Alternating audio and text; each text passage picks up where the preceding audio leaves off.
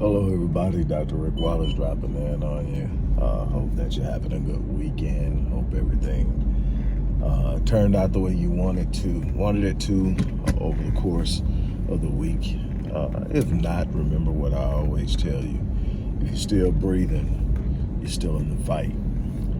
And that has to be a mindset if you're going to win in life, no matter what it is that you're going after. Life isn't going to lie down for you. It's not going to acquiesce to your wishes.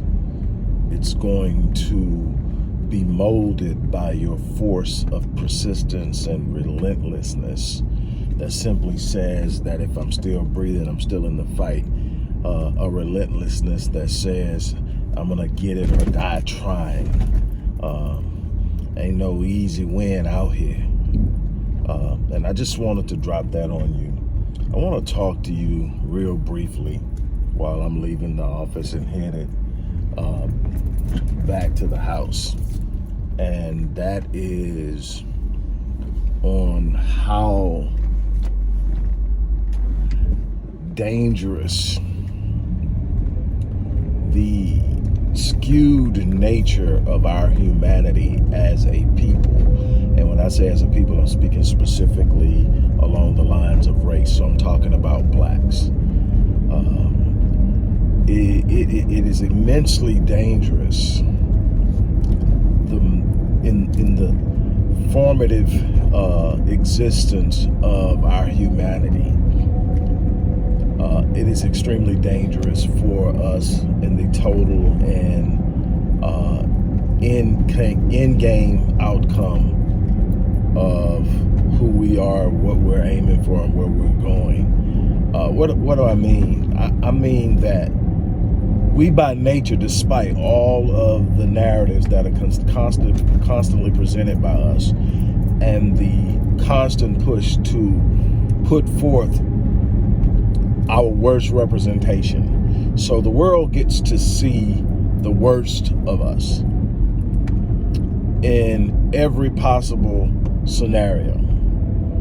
And rarely does the world get to see the truth about us, except for when they are soliciting our good nature to support something that matters to them. And what bothers me and concerns me is that we tend to have more concern about the suffrage of others than we do about the suffrage of ourselves. And some people will sit up and say that I am promoting a form of psychopathy,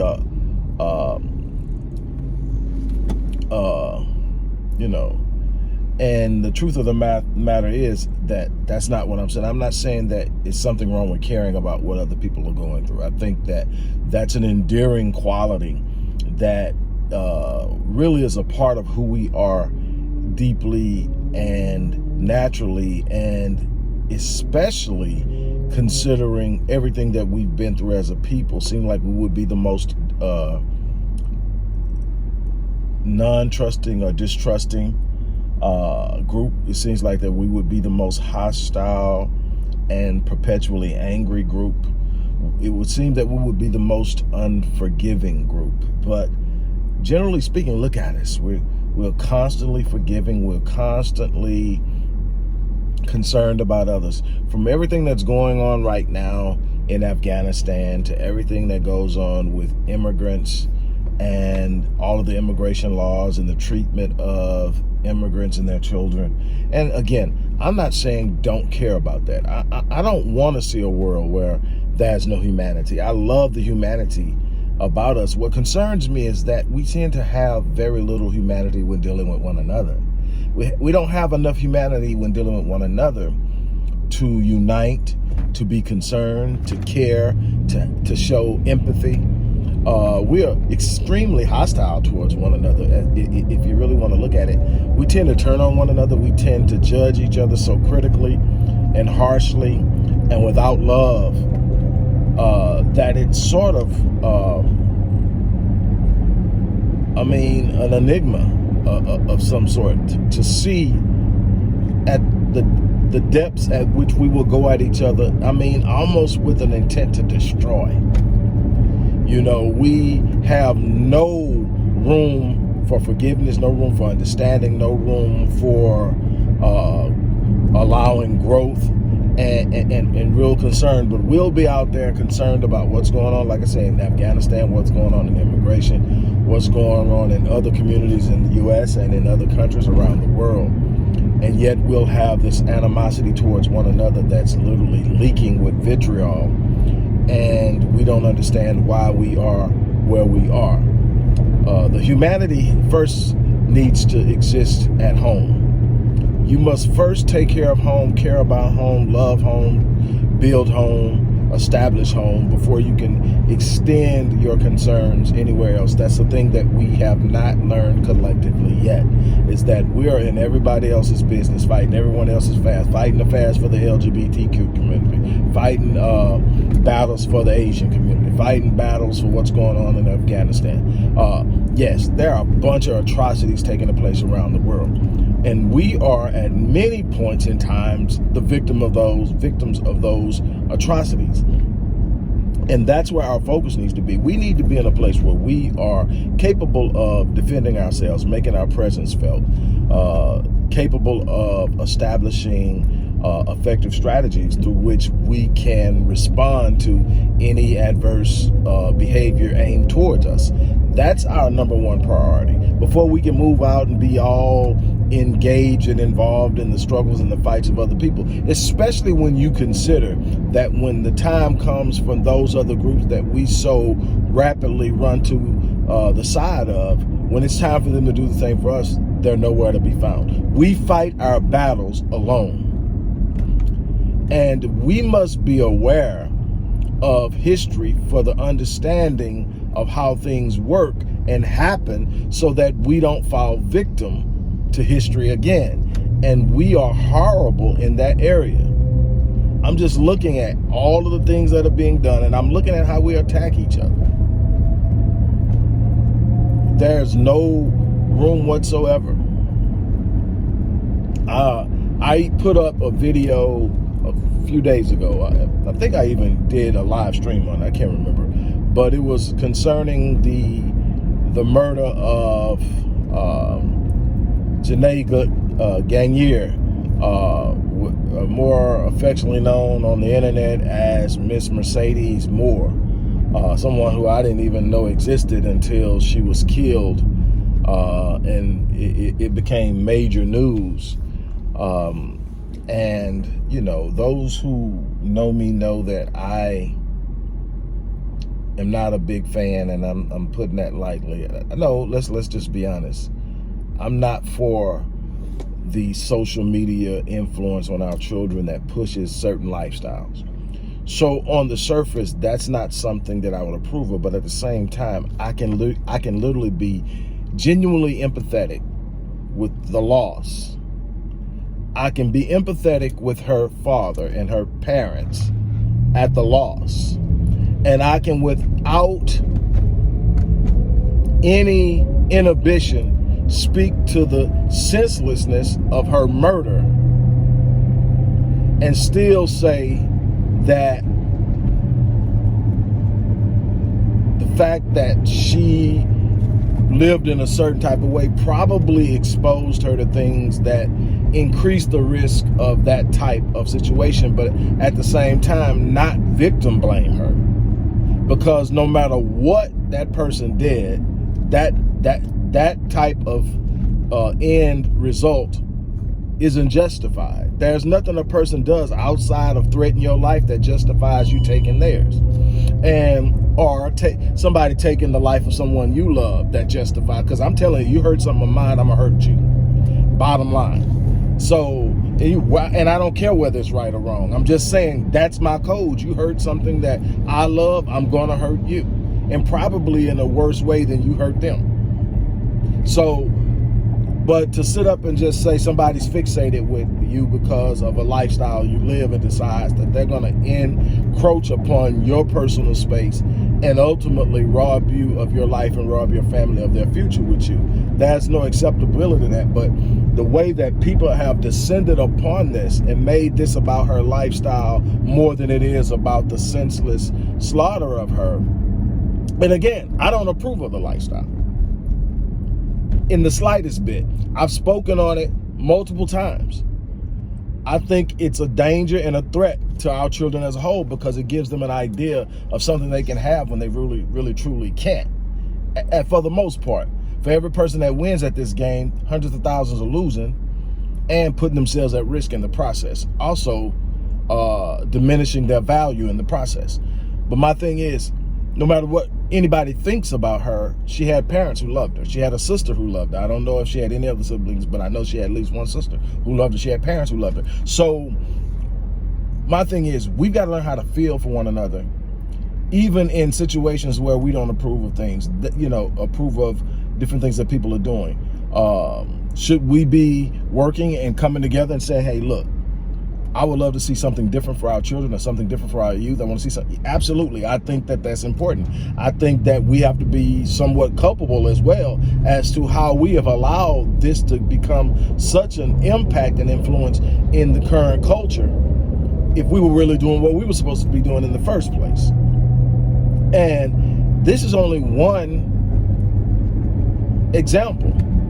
And it's just really fresh in my head because I've been having to monitor all the negative things that are coming on the comments of just how negative we can be about our own, and then look over all the things that others have done and still see their suffering and their sorrow as something that we need to help mitigate. But we don't have the same passion and love for one another. My whole thing is, I don't have to agree with you. If something happens to you that shouldn't have happened to you, like, I'm one of the ones that has, and you know this if you follow me, I'm one of the ones that sit up and say, even though he did that, even though he was wrong, even though he did that, when he stood up and put his hands in the air, he should not have been shot. He should not have stole that person this. He should not have did that. He was in the wrong, but when he put his hands up and said, I surrender, he should not have been shot. And I'm going to go to war for him. Now, should he have been where he was? Should he have been doing what he's doing? Absolutely not. But there still is this thing that says things have to be justified. And to take a life of a person because you've become fixated with them is unacceptable. Now, how we deal with all this is another thing. And then somebody said something to me that proves that most people don't understand life and the dynamics of life and the flow of life. For the people who consistently have come on my page and said, are we not going to hold her accountable for the role she played in her death?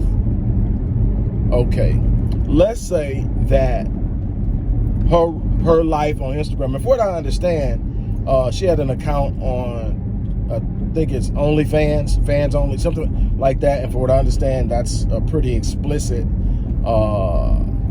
platform. From what I understand, didn't even know about it until I heard about this thing with her. But obviously I do research and read, so I've done some research on it, and that's what I'm hearing. But and let's say all that, and let's say that it's all of this stuff that drew that person to her. There's still one thing you seem to not understand. You cannot hold a dead person accountable. Accountability is for the living. Accountability is for people who can sit up and be addressed by what they done wrong. You can't. So talking about holding her accountable is senseless. It doesn't make sense. To sit up and talk about the role she may have played in her death while her parents are mourning and the death is still being investigated, again, is senseless and insensitive. And it's something we seem to reserve for our own. Now, I mean, I'm looking at all the posts up and down news feeds and timelines on multiple platforms about what's going on in Afghanistan, how hostile we are toward Joe Biden right now, when 90% of y'all was all on his job because he wasn't Trump.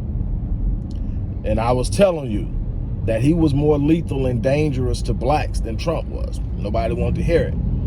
And you can't tell me one thing that he's done outside of symbolic gestures and wordplay that has benefited the black community. That hasn't been the case for Republicans or Democrats ever. It's never been the goal to empower the black community and actually truly underwrite power in the black community. But yet we buy into this whole two-party system idea of some kind of way we're going to get them to do what they should be doing for us, when the truth of the matter is they know exactly how we got where we are, and they know exactly what they plan on doing, which is absolutely nothing but shooting us BS until we decide to turn things around and do something for ourselves and hold ourselves accountable first and then move forward. And I get it and I understand it. I am not co-signing anything anybody does that I don't believe in. But my thing is, there comes a point in time where you should have simple humanity at the level that you have, at the level that you show your humanity for everybody else. You know, I'm constantly contacted about young black brothers who have been either brutalized or even killed at the hands of white police officers or white vigilantes. And in many instances, they've done something that they shouldn't have done that brought them before those people. And I have to look beyond that, because I can simply say, man, why was you out there doing this? Why was you out there doing that? You wouldn't have never even been in this situation. But the truth of the matter is, what happened to you wasn't justified. And so my thing is, that's how we've got to see for each other. I guarantee you, they're on code. They're on code with theirs. They're on code with theirs so much that one of theirs gets caught raping another one of theirs on side of who's unconscious on the side of a dumpster, and the judge sits up and says, yes, what you done was horrible, but sending you to prison would ruin your life and ruin your future and would be harmful, so I'm going to only sentence you to 90 days, of which only 30 days of that sentence was completed. That's the kind of lookout that they've got going on when they see something that they relate to. They on code. They were on code when they gave Darren Wilson more than $500,000 for his legal defense after killing Mike Brown. Am I sitting up saying cosign BS? Absolutely not. Am I sitting up saying we got to look out for us? Absolutely. On that note, I'm going to get out of here. You guys have an unbelievable day, but I just had to come in and talk about that. And my love and prayers goes out to the family of Janae, I think it's Gagne. I don't want to mispronounce it, but my prayers go out to that family and everything they're going through. And I wish all of you guys the best. Y'all have a great day.